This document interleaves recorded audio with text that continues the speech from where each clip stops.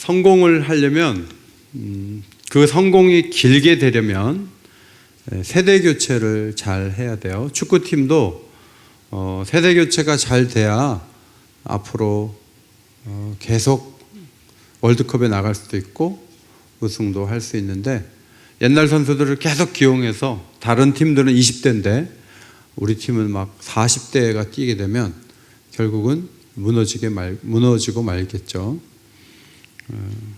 세대 교체를 잘 하려면 사람을 키워야 되는데, 사람은 바로 키워지지 않죠. 아기가 태어났는데 내일 뭐 어른으로 막 만들고 그래가지고 1살짜리 애가 갑자기 20살이 돼가지고 내일 역사에 투입이 되는 그런 기적은 하나님이 한 번도 이루지 않으셨어요.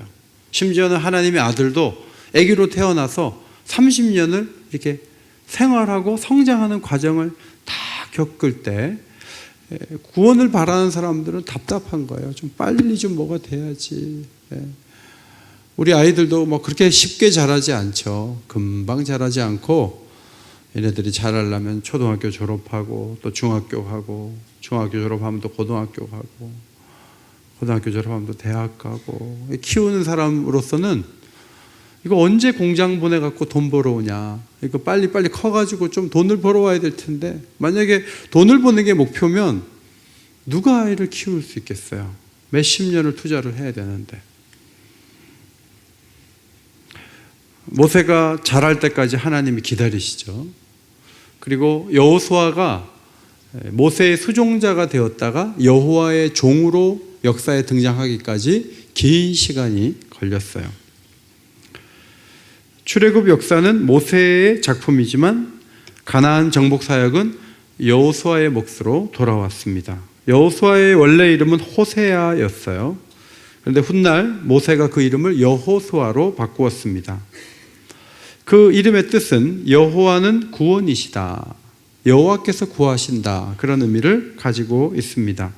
여호수아라는 이름은 여호와와 관련된 성경 최초의 이름이라고 합니다. 여호수아는 여러 면에서 모세를 닮았죠. 모세의 리더십을 거의 비슷하게 행사한 것 같아요. 먼저 1장에 보면은 백성이 모세를 두려워한 것처럼 여호수아를 두려워했어요. 그리고 요단강을 건너기 전에 성결의식을 행했는데 모세도 시내산에서 성결의식을 행한 적이 있어요. 모세처럼 여호수아도 제사장에게 명령했고, 모세처럼 여호수아도 신을 벗었어요. 모세가 중재했던 것처럼 여호수아도 이스라엘을 중재했습니다. 모세가 고별사를 남긴 것처럼 여호수아도 긴 고별 설교를 남겼습니다. 모세가 정탐꾼을 보냈던 것처럼 여호수아도 정탐꾼을 보냈습니다. 여호와께서 모세와 함께 하셨던 것처럼 여호수아와도 늘 함께 하셨습니다. 모세의 명성이 온 세상에 퍼진 것처럼 여호수아의 명성도 온 땅에 퍼졌습니다. 2절을 이렇게 읽어보면서 하나님께서 야, 모세가 죽었으니까 너가 일어나서 이스라엘 백성들을 그 주는 땅으로 가게 해라, 이렇게 하나님이 말씀하시는 것을 보게 돼요.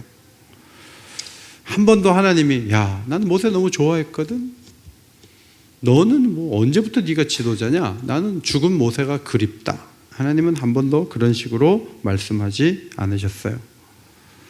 여러분, 그 클럽, 그 유명한 팀들이 있잖아요, 유럽에. 거기에는 막 1년에 막 100억, 200억, 1000억 받는 사람들이 막 줄지어 있어요.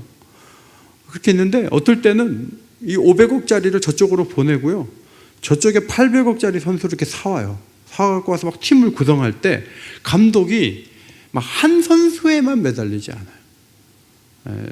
교체를 하죠. 교체를 하고, 기용할 때도 손흥민 너는 오늘 앉아있어, 다음 경기에 뛰어, 뭐 이렇게 하지, 막 손흥민에만 막 이렇게 매달리지 않아요. 왜냐하면 선수층이 굉장히 두텁기 때문에 계속 투입하고 걷어들이고 이 일을 반복을 해요.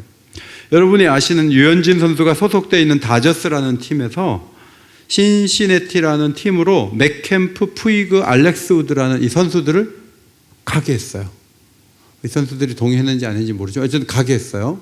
그리고 우리가 잘 모르는 지터 다운스, 조시아 그레이, 호모 베일리 같은 선수들을 이렇게 데려온 거예요.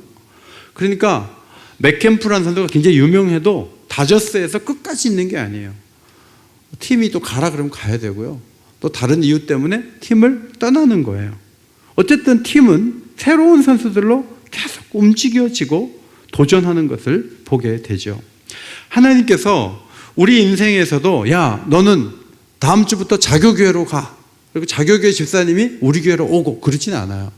하나님이 중간에 막 강제로 막 이리 가 저리 가 이렇게 하면서 막 우리를 막 왔다 갔다 하게 하지는 않아요. 근데 하나님이 선수 교체를 하는 자연스러운 방법은 뭐냐면 우리의 수명을 사용하는 거예요.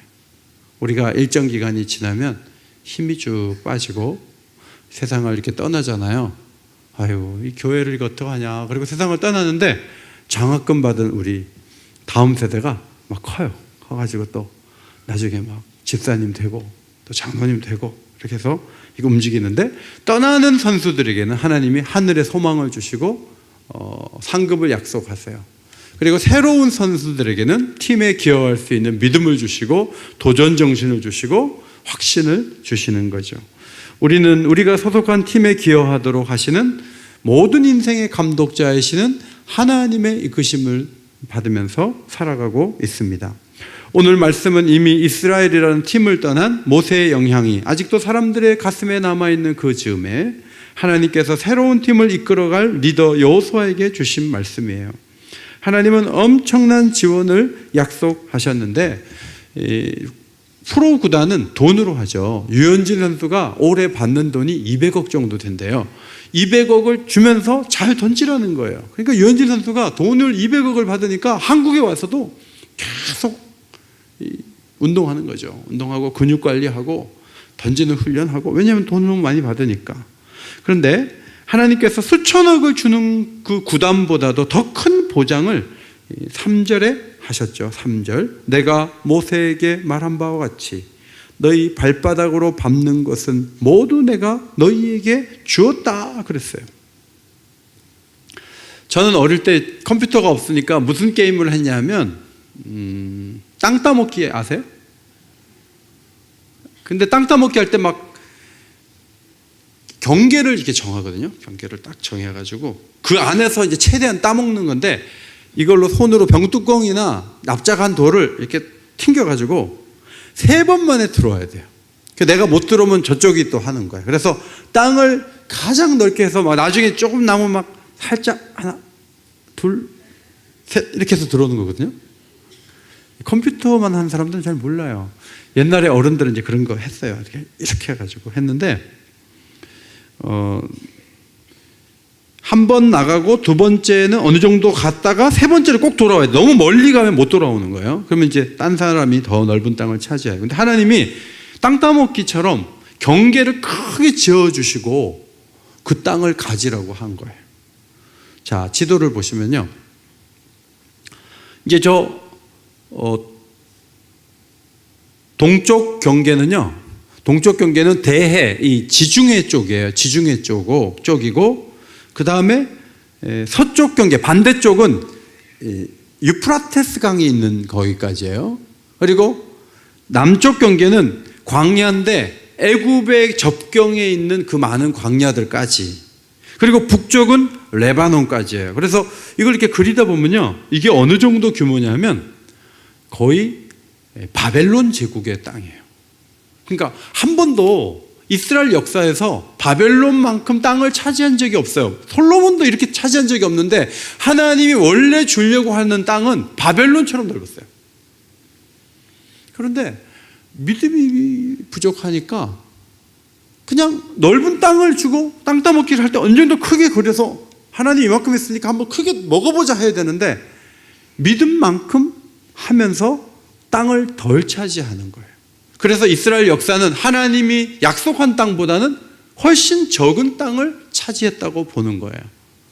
여러분, 우리 옥인교회가 지금 이 정도 규모가 하나님이 허락하신 최선이 아니에요. 우리 교회는 원래는 더 많은 일을 할 수 있는 자원들을 가질 수 있었어요. 하나님은 사람뿐만 아니라 모든 자원에 있어서 하나님은 이 정도로 나는 너에게 주고 싶어 라고 했는데 우리가 그걸 못 알아듣고 우리가 믿음이 부족해서 도전을 하지 않고 포기하고 뒤로 물러서고 그렇게 하는 사이에 하나님이 주시려고 했던 교회의 모습의 한 부분을 지금 차지하고 있을 뿐이에요. 오늘도 하나님은 기도하고 도전하는 사람들에게 놀라운 일을 이룰 수 있는 길을 여신다는 것을 믿으시기 바랍니다. 하나님 그런 분이에요. 우리 중고등학생들 여러분 성적이 하나님이 허락한 성적이 아닌 거 아세요? 하나님은 훨씬 여러분이 하고 있는 것보다 더 잘할 수 있는 여건도 주셨고 지혜도 주셨고 학교도 주셨고 선생님도 주셨어요. 그런데 우리가 도전을 안 하는 거죠. 어떤 교회에서 전도잔치를 하는데 재정이 너무 적은 거예요. 전도잔치를 하면 좀 재정이 필요하거든요. 그래서 목사님이 몇 년 만에 하는데 교인들이 안 오면 어떡해요. 그래가지고 장로님들한테 그랬대요. 재정이 너무 부족해서 못하겠다고. 그랬더니 장로님들께서 재정이 부족해서 합시다 그랬대요. 그래서 목사님이 어쩔 수 없이 했는데 60명 정도, 크지 않은 교회 60명 정도 세가지고 왔대요. 그리고 그 중에 상당히 많은 수가 그 다음 주에 등록을 했대요. 그러니까 목사님이 믿음이 있어가지고 그거를 더 야심차게 준비를 하고 힘을 다해서 준비하고 기도하고 준비했으면 100명도 더 왔을 거라고요. 그런데 마음속에 괜히 했다가 안 오면 어떻게 해가지고 안 하려고 생각을 했다는 거 아니에요. 근데 하나님은 그럼에도 불구하고 많은 사람이 교회에 오도록 하셨다는 거죠. 전남 신안군에 가면 문중경 전도사님 그 비가 있잖아요. 그 전도사님이 여자 혼자 힘으로 개척교회를 100개를 더 세웠어요. 우리가 10개 세우자고 기도하는데도 어떤 분들이 목사님 10개가 되겠어요? 몇 년 남았는데 그게 되겠어요? 이렇게 막 그 꿈을 비난하는 분들이 계세요. 근데 문중경 전사님이 여자 혼자 몸으로 교회 개척을 100개를 더 했어요. 그래서 신안군에 내려가면 섬들 중에 교회 90% 이상 다니는 섬들이 많이 있단 말이에요. 그 전사님 한 사람의 영향력, 고무신이 다 다를 정도로 전도하고 고무신이 다 다를 정도로 신방 가고 그렇게 막 움직이면서 그 한 사람이 움직여서 거기에서 국회의원들도 나오고요. 대단한 인물들이 신안군에서 많이 쏟아져 나온 것은 문중경 전사님 한 사람의 그 헌신, 그 기도 때문에 하나님 그걸 받으시고 그 땅을 축복하신 거예요. 여기 이 지역에 복음화율이 20%밖에 안 된다. 그게 하나님의 원래 계획인 것 같아요? 아니란 말이에요. 우리가 기도하고 하나님께 매달리고 도전하고 열매를 맺었으면 이 지역의 옥인교회 주변에 복음화율이 강남보다 2배가 될 수도 있었어요. 근데 우리가 안 한 거예요. 여러분, 하나님께서요 주시는 땅은 훨씬 크다는 것을 기억하셔야 돼요. 아멘? 여호수아 말씀은 그렇게 시작이 되는 거예요. 5절에 하나님은 모세에게 그랬던 것처럼 여호수아를 떠나지 않겠다. 그러면 하나님은 안 떠나는데 여호수아가 어떤 마음가짐을 가져야 되는가? 그거를 말씀하셨는데 6절, 7절, 9절에 세 말이 이 세 표현이 똑같이 반복이 돼요. 따라합시다. 강하고 담대하라. 오직 강하고 극히 담대하여. 그 다음 강하고 담대하라. 자, 이 말은요 옛날에 모세가 여호수아에게 했던 말이에요. 신명기 31장 7절 너는 강하고 담대하라. 너는 이 백성을 거느리고 여호와께서 그들의 조상에게 주리라고 맹세하신 땅에 들어가서 그들에게 그 땅을 차지하게 하라. 이렇게 모세가 여호수아에게 했던 말이에요. 지금 모세가 죽었단 말이죠. 여호수아, 내가 땅 다 해주는데 네가 할 게 있어. 그건 뭐냐면 너의 마음가짐이야. 네 마음은 네가 알아서 해야 돼. 하나님이 그 말씀을 하신 거예요. 에스라 청년부는 그런 말을 가끔 하죠. 내 마음 나도 모르겠어요. 내 마음 나도 몰라. 여러분, 딴 거는 하나님이 해주세요. 그런데 마음가짐은 우리가 먹는 거예요. 내 마음 밝게 할까? 어둡게 할까? 이건 우리 선택이에요. 이것조차도 부모 탓이고 하나님 탓이고 세상 탓이고 하나님은 그런 거 안 받아주세요. 그건 틀렸다는 거예요. 강하고 담대하라는 이 용어를 보니까 히브리어로 하자크라는 이 강하고라는 단어는요, 강하게 하라는 거예요. 강하게 하다. 이 말 뜻에 달라붙다, 치료하다, 돕다 그런 뜻도 있어요. 우리가요, 강하게 하기도 하고 약하게 하기도 해요.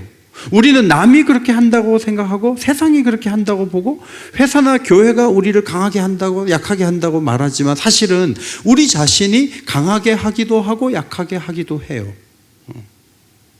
그건 우리가 하는 거예요. 여호수아가 자신을 약하게 하는 길을 걸어갈 수 있어요. 어떻게 생각하냐면 모세가 죽었는데 일이 될까? 모세 가끔 어려울 때 돌 맞아 죽을 뻔했던데 나는 그런 일 또 당하면 어떡하지? 사람들이 애굽으로 돌아가려고 했는데 나도 그런 일 모습을 보면 어떻게 하지? 모세는 목표가 뭐 한 2, 3년 만에 들어갈 수 있었는데 40년을 빙빙 돌아왔는데 나는 잘못돼갖고 100년을 빙빙 돌면서 가나안 땅에 못 들어가면 어떻게 하지? 이게 여호수아가 약해지는 방법이에요. 하나님은 그러지 말라는 거예요. 하나님은 마음을 강해지는 방향으로 쓰라는 거예요. 그러니까 이것은 해석의 문제예요. 마음을 강하게 하려면요, 하나님한테 딱 달라붙으면 돼요. 병든 마음을 치유하면 돼요. 하나님의 도우심을 바라보면 돼요. 하나님은 평생 떠나지 않겠다고 했으니까 하나님하고 딱 연합해가지고 가면 되는 거죠. 그 다음에 담대하다라는 아마츠라는 이 단어는요, 방심하지 마라 그런 의미가 있어요. 방심하지 마라, 이겨라 그런 말이에요. 방심하게 되죠. 어느 정도 하다 보면은 관성에 젖어들게 되고 여리고성 이겼는데 아이성쯤이야 이럴 수 있어요. 근데 그러지 말라는 거예요. 항상 긴장을 놓치지 않고 항상 전쟁을 하는 마음으로. 아이성 올라갈 때 2, 3천 명만 올려보내서 했을 때 여호수아가 3천을 올려보냈어요. 그래서 36명 전사하고 도망쳤어요. 2, 3천 명이라고 사람들이 말했다 할지라도 전군을 동원했어야 돼요. 그건 방심한 거예요. 최선을 다하고 도전하는 게 중요하죠. 염려를 이겨내야죠. 자, 강하고 담대하라 3번 썼는데 먼저 6절에서 강하고 담대하라 그러면서 너는 조상에게 맹세하여 주리라 한 땅을 이 백성에게 차지하게 하라 그랬어요. 하나님께서 조상에게 준다고 맹세를 해서 그 땅을 차지하려고 여호수아는 정탐하러 올라가 봤어요. 12명이 같이 올라갔었어요.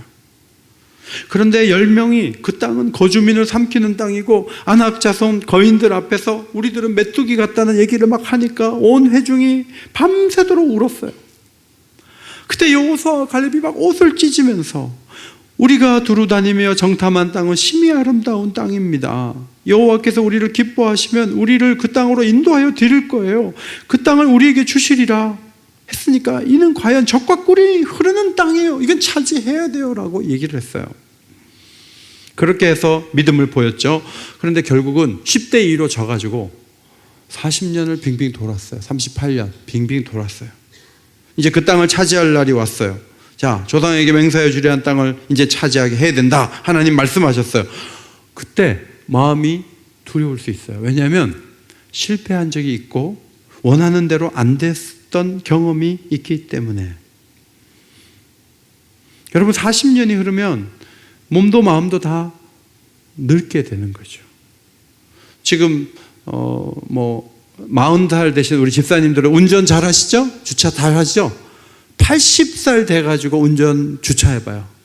보고 또 보고 보고 또 보고 이 막 주저주저 하게 되는 거예요. 근데 옛날에 한번 주차하다가 쾅 한 사람이 주차할 때는 그 속도가 2배나 느려지는 거죠. 그때처럼 또 무너지면 어떡하지? 나는 잘하는데 남들이 못해갖고 또 와장창하면 어떻게 하지? 자, 그 생각하는 것은, 그걸 이겨내는 것은 여호수아 자신이 할 일인 거예요. 여러분 과거에 어떤 아픔이 있고 상처가 있고 쓴뿌리가 있고 그래서 나는 도저히 앞으로 못 나가겠더라고요 라고 말할 수 있는 사람들이 많이 있어요. 그거를 이겨내라 하는 거죠. 베드로가 다 굴기 전에 3번 부인했거든요. 그래서 인생의 큰 상처예요. 그런데 바울이 갈라디아 교회 쪽에서 이렇게 있다 보니까 게바가 왔는데 이방인하고 같이 밥 먹고 있다가 유대인들이 왔다는 얘기를 듣고 후다닥 하면서 게바가 옆으로 사라졌어요. 그래서 바울이 너희가 유대인으로서 이방인을 따르고 유대인답게 살지 않으면서 어찌하여 억지로 이방인을 유대인답게 살게 하냐고 막 야단을 쳤다고요. 주님 3번 부인하는 걸로 끝나면 좋은데요, 이 어떤 위기 속에서 내용은 다르지만 비슷한 상황을 사람들은 계속 만들어내요. 근데 그것을 차단하는 힘이 강하고 담대한 능력이라고 볼 수가 있는 거죠. 참 신앙생활 하다 보면 공격이 있기도 전에 쓰러질 준비부터 하는 경우도 많아요. 공격도 아직 안 받았는데 그럴 거라고 생각하면서 안 된다는 거예요. 여러분, 많은 교회들이요, 뭘 건설적인 일을 하려고 그래도 못하는 이유 중에 하나가 반대 때문에 못해요. 그래서 어떤 목사님이 반대만, 아니 기여하는 거 같이 하는 건 안 해도 되고, 예를 들면 전도축제 할 때 반대만 하지 말라, 반대만 안 하면 우리는 할 수 있다. 그래갖고 반대하는 분들 입을 다 닫게 했어요. 그리고 하니까 교회가 되는 거예요. 왜냐하면 하나님이 도우시니까. 교회가 안 되는 이유 중에 하나는 예상을 자꾸 하는 거죠. 오늘 새벽에 왔는데 저녁에 또 오겠어? 안 올 수 있어. 장학금을 100만 원 주는 것도 아닌데 애들이 나와줄까?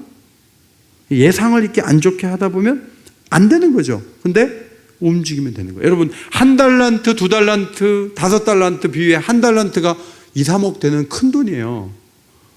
그런데 1달란트 받은 사람이 안 되는 걸 생각하잖아요. 이거 괜히 원금 날리는 거 아니야? 땅에 묻어. 그리고 나중에 주인이 찾았을 때 다 잃어버리면 어떡해요? 그래서 내가 땅에 묻었어요. 원금은 지켰다고요. 막 이러는 거예요. 그러니까 야단을 맞는 거죠. 뺏기는 거예요. 왜 1달란트로 5달란트 만들 생각을 못 하냐는 거예요. 왜 자꾸 1달란트가 없어질 생각을 하느냐는 거예요.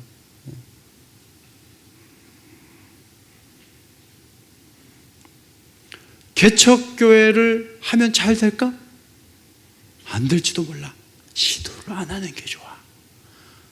요즘 같은 시대에 선교가 돼? 선교사를 보내? 그건 미친 짓이야. 그럴 필요가 없어. 그냥 교회가 하나 유지되는 것도 어려운 시대야. 왜 선교사도 안 보내? 개척도 안 해? 점점 교회는 줄어요. 하나님은 오늘도 하나님께서 이루실 것을 바라보고 도전하고 앞으로 나아갈 때 하나님이 길을 열어주실 줄 믿습니다. 하나님 그런 분이에요. 16장 33절 요한복음에 세상에서 너희가 환난을 당하나 담대하라. 내가 세상을 이겼다. 세상에서 성도들이 어려움을 많이 당해요. 이런저런 일들을 많이 당해요. 아픔을 당해요. 온갖 염려와 걱정과 아픔을 참 많이 어려움을 당해요. 근데 여러분, 예수님이 세상을 이겼다는 말은 뭐냐면 우리의 그 아픔과 어려움들이 다 지나가는 것들이고 예수님의 지혜를 동원해서 선한 일로 바꿔주실 수도 있고 그 아픔과 어려움이 우리를 더 견고한 사람으로 만들어주실 수도 있고, 그래서 우리가 예상하는 바 아픔으로만 끝날 거라는 일은 하나도 없고 예수님이 세상을 이기신 분이기 때문에 그 아픔마저도 역전으로 반전으로 역사하실 것을 바라볼 수 있기 때문에 담대하라는 거예요. 어떤 어려움이 있습니까? 주님을 바라보세요. 주님은 그 어려움도 놀라운 일로 바꾸실 수 있는 줄 믿습니다.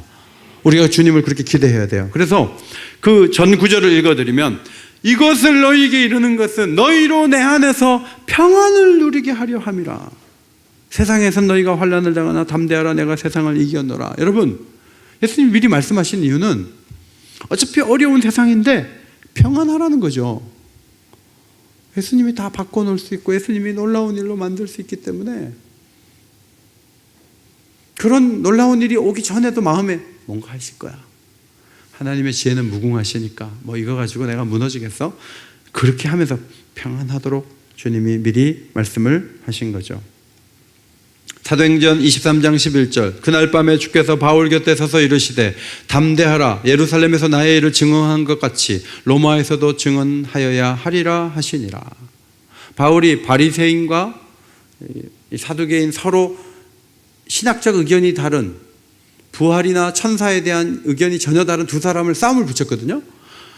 근데 막 둘이 막 싸우다가 이 바울에게 막 주먹도 날라오고 막 손톱으로 긁는 사람도 있을지 몰라요. 그래서 천부장이 바울을 빨리 그 손에서 붙잡아서 빼냈어요. 바울이 어떻게 보면 성경에 없지만 막 사람들이 양쪽에서 뜯어가려고 했으니까 막 손톱자국도 있고 여기 멍자국도 있는지도 몰라요. 그리고 밤에 지내는 거예요. 23장 11절 그날 밤에 주께서 바울 곁에 서서 이르시되 담대하라. 바울이 나 이게 뭐야 도대체. 난 로마에 가는 게 꿈인데 예루살렘에서 뜯길 뻔했잖아. 도대체 난 언제 로마에 갈 수 있는 거야? 이제 그렇게 생각하고 있는데 예수님이 나타나셔갖고 담대해라.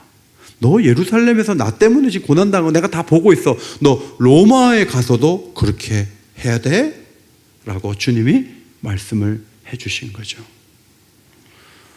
예루살렘에 와서 전도도 못하고요. 뭐 구원받은 사람도 하나도 없고 맨날 뭐 신문만 당하면서 2년을 지냈거든요. 그러니까 열매도 없고 목표한 땅도 아니고 뭐 마음에 낙심한 게 많았어요. 그런데 야, 뭐 열매가 없어 보이냐? 아니다. 너 로마에 가. 넌 로마에서 복음을 전할 거야. 너 지금 잘하고 있어. 앞으로도 너 나를 위해서 잘할 거야. 주님이 그렇게 말씀해 주신 거죠. 오늘 아침에 강사 목사님이 그런 말씀 주셨잖아요. 사사기 6장에서 포도주 틀에서 타작하는 기드온에게 말씀하셨죠. 따라합시다. 큰 용사요. 네. 뭐가 큰 용사예요? 포도주 틀에서 곡식 뺏길까 봐 그 좁은 공간에서 막 타작하는 그 애처로운 사람에게 담대함을 위해서 이렇게 불러주시는 거죠. 그 다음 7절 8절은 강하고 극히 담대하라 그랬거든요. 그러면서 율법을 지켜 행하고 좌로나 우로나 치우치지 마라. 여러분 하나님 말씀을 지키려면요 강하고 담대해야 돼요. 왜냐하면 하나님 말씀은요 우리의 상식을 뛰어넘어요. 그래서 강하고 담대하지 않으면 못해요. 할 수가 없어요. 요단강 물이 많이 있는데 거기 건너가라는 거예요. 여리고 성이 보이고 있는데 할례를 행해서 남자들이 3일 동안 꼼짝도 못하는 상황으로 가라는 거예요. 미친 거 아니에요? 그랬다가 몇 명 말 타고 나오면요 다 죽는 거예요. 그런데 여리고 성 앞에서 정결하게 하는 예식을 하는 거예요. 여리고 성을 함락하는 방법도 하루에 한 바퀴씩 말하지 않고 한 바퀴 돌고 해서 마지막 날 7바퀴 도는데 여러분 땡볕에 성을 이렇게 돈다 그래서 성이 무너지겠어요? 마음에 강하고 담대하지 않으면 순종하지 못할 내용들이 너무 많아요. 그런데 마음을 강하게 하고 담대하게 하면요 미친 게 아니고요 순종할 수 있는 거예요. 안 믿는 사람들이 1월 4일 날 새벽에 애들 깨워서 가더니 저녁에 또 갔어요. 하루에 2번. 믿지 않는 옆집 아줌마가 여러분을 볼 때 어떻게 볼까요? 기도하려고 하고 전도하려고 하고 말씀대로 살려고 하는 여러분들을 어떻게 볼까요? 하나님 말씀을 지키고 하나님 뜻대로 사는 것은요 그냥 상식적으로 되는 건 아니에요. 하나님 말씀대로 하려면 담대해야 되죠. 그 다음 마지막 9절 강하고 담대하라. 내가 어디로 가든지 내 하나님 여호와가 너와 함께 하느니라. 이 가나안 정쟁은요 지형을 잘 아는 원주민과 처음 들어가 보는 사람들의 싸움이에요. 그래서 상당히 불리해요. 무기도 저쪽이 좋을 수 있어요. 그런데 이 오합지졸 같은 이스라엘 백성들 지금까지 전쟁에 승리해 왔고요 뭐 지형이 어떻든 하나님께서 어디로 가든지 내가 이기게 해줄게 라고 말씀을 하신 거죠. 여러 가지로 분리했지만 승산은 있어요. 왜냐하면 하나님이 도우신다잖아요. 하나님이 어떻게 도우셨죠? 여호수아 10장 13절 태양이 머물고 달이 멈추기를 백성이 그 대적에게 원수를 갚기까지 하였느니라. 아무래도 저쪽은 밤에 강하고 이쪽은 낮에 강해요. 그런데 하나님이 하루는 밤에 싸우려고 저쪽은 막 대비를 하는데 계속 낮이에요. 그러니까 막 밤을 기다리는 사람에게는 미치는 거예요. 시계도 없는데 앉아. 계속 낮아. 그래가지고 막 이스라엘 백성들이 막 다 보이는 대로 막 이기는 거예요. 하나님 그렇게 지원을 했다는 거죠. 여호수아 11장 22절 이스라엘 자손의 땅에는 아낙 사람들이 하나도 남지 않고 아낙 사람들은 거인들이에요. 키가 큰 사람들이에요. 이 거인족이 이스라엘 땅에 한 명도 없다는 거예요. 다 죽었어요. 하나님이 지원하시는 군대가 경험한 일들이죠. 누가복음 5장 16절에 예수는 물러가사 한적한 곳에서 기도하시더라. 18장 1절 예수께서 그들에게 항상 기도하고 낭망하지 말아야 할 것을 비유로 말씀했다 그랬어요. 여러분이 낙심하지 않고 강하고 담대하게 마음을 만드는 방법은 무슨 기합을 내거나 막 몸을 만드는 게 아니에요. 강하고 담대한 마음을 갖는 방법 중에 하나가 하나님 앞에 기도하는 거예요. 부르짖어 기도하고 하나님을 찾는 거예요. 네. 여러분 예수님은 하나님의 아들이니까 절대로 낙심하지 않죠. 그러나 예수님이 완전한 인간으로 오셨기 때문에 그분은 기도하심으로 낙심하지 않으셨어요. 항상 강하고 담대하셨어요. 흔들리지 않으셨어요. 우리도 기도할 때 강하고 담대할 수 있는 것입니다. 누가복음 22장 44절 앞에 보시고 같이 읽습니다. 시작.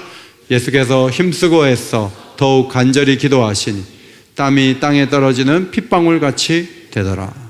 이렇게 기도했기 때문에 신문을 당하고 어려움을 당해도 주님은 중심이 흐트러지지 않죠.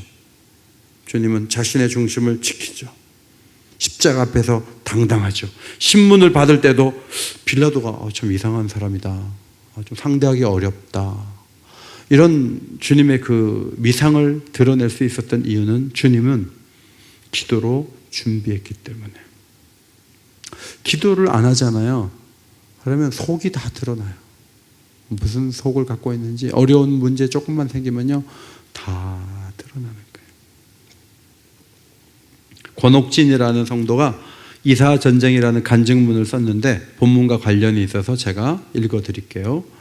결혼할 당시 돈이 넉넉하지 않았기에 월세집에서 신혼생활을 시작했습니다. 빚 없이 마련한 첫 보금자리에 만족하며 살았습니다. 그러나 갈수록 월세는 부담스러웠고 간신히 돈을 마련하여 월세를 내는 달이 점점 잦아졌습니다. 올 초에 하나님 은혜로 국민임대아파트 예비 입주자에 선정되었습니다. 그러나 기쁨도 잠시, 임대아파트 입주일은 바쁘게 다가왔지만 무더운 여름철 집을 보러 오는 사람은 한 사람도 없었습니다. 만일 기한 내에 월세집 세입자를 구하지 못하면 3개월 임대료도 물고 보증금도 3개월이 지나야 받을 수 있다는 사실을 알게 된 후 마음속 전쟁이 시작되었습니다. 잠이 오지 않았습니다. 집주인을 만나기로 한 전날 밤 잠을 못 이루며 뒤척이는 저를 지켜보던 아내가 내게 말했습니다. 여보, 우리가 이렇게 두려워하고 걱정하는 이유가 뭘까? 금전적인 손해를 피하고 싶어서 이러는 거 아닐까? 그리고 그 이튿날 하나님의 지혜와 은혜를 구하는 가난한 마음으로 집주인을 만났습니다. 집주인은 보증금을 모두 맞춰주지 못해서 너무 미안하다면서 제가 예상한 것보다 많은 금액의 1차 보증금을 주겠다고 약속했습니다. 게다가 제가 세입자를 구하지 못한 채 이사하니 우리가 대신 내야 할 월세가 너무 부담스럽다며 솔직히 이야기하자 집주인은 세상법은 어떤지 몰라도 세입자에게 좋은 일이 생겨서 이사하는데 제가 어떻게 월세를 더 받아요? 라고 말했다는 거죠. 그 말을 듣고 나니 고난의 시간에 하나님께 엎드리지 못하고 내 돈 한 푼이라도 손해볼까 전전긍긍하며 밤잠을 설쳤던 나야말로 하나님 앞에서 온전치 못한 인생이라는 것이 깨달아졌습니다. 전쟁의 시작도 끝도 하나님 손안에 달려있음을 기억하며 살겠습니다. 여러분이 작은 문제 놓고요, 밤에 잠을 못 자요. 지나놓고 보면 아무것도 아니야. 오히려 상황은 하나님이 다 준비해 주셨는데. 어제 오셨던 김병년 목사님도 그러더라고요. 지금 집주인이 따로 있으신데, 집주인이 교회를 안 다니는 사람인데 목사님 전세비를 지금 굉장히 긴 시간 동안 한 푼도 안 올린대요. 그래서 올려줄 전세 돈으로 남의 집을 리모델링을 다 해드렸대요.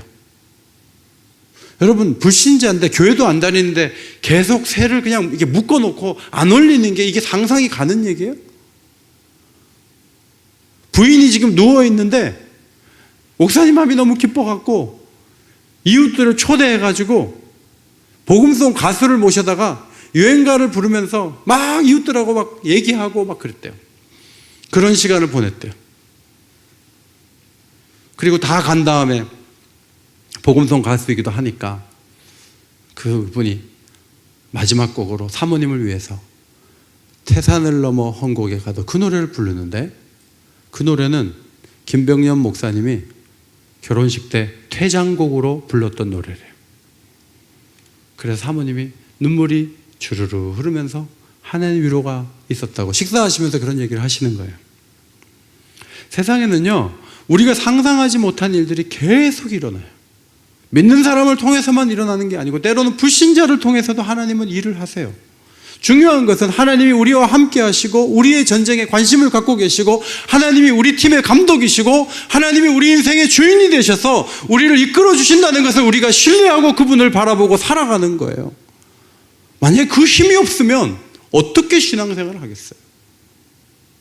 성도 여러분, 오늘도 여러분 마음을 강하고 담대하게 하시기를 바랍니다. 그러면 하나님이 우리를 도와주실 것입니다. 승리의 하나님, 기도를 들으시는 하나님, 우리의 마음조차도 주장하시는 그 하나님 앞에 오늘도 기도함으로 새로운 땅으로 나아가 담대히 걸어가며 승리를 거두어내는 아름다운 성도들이 되시기를 주님의 이름으로 축원합니다.